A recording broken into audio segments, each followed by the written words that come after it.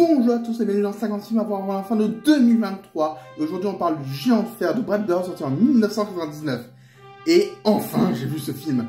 Ça faisait des années que j'en entendais parler, mais que j'ai pas pris le temps de le voir.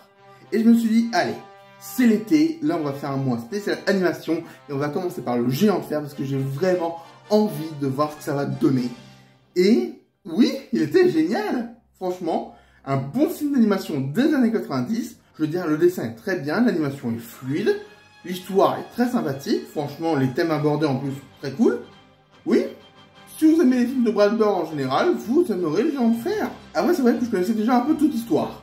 Mais c'est pas grave, j'ai adoré quand même. Un film d'animation, pour moi, c'est un film qui peut te replonger un peu en enfance. Je ne dis pas que les films d'animation, c'est que pour les enfants. Je dis que ça peut te replonger en enfance où tu te dis, ok, il y a une naïveté à voir dans le monde, notamment dans les films des années 90, hein, que maintenant c'est un peu plus différent, notamment avec les derniers Spider-Man par exemple, mais ça fait du bien, tu respires.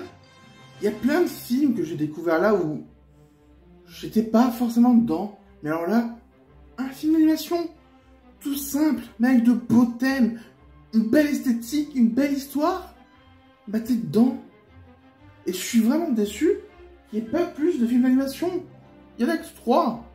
C'est pour ça que dans ce mois spécial film d'animation, il y aura le 4e film, ça sera un film un peu plus enfantin, on va dire. C'est un peu réducteur de dire ça, mais vous verrez de quoi je parle à la fin du mois. Mettez vos avis sur lequel ça peut être. Mais bref, le Géant de fer, c'est une très belle découverte. J'ai très peu de mauvaises choses à dire dessus, parce que j'ai aimé. Si vous n'avez pas vu, je vous le conseille fortement. C'est un beau conte, et oui, un conte moderne.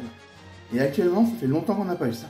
Parce que, quitte à parler de l'animation, je trouve que Disney en a plus cet aspect conte. On aurait pu l'avoir un peu avec Encanto, mais ce n'est pas trop ça.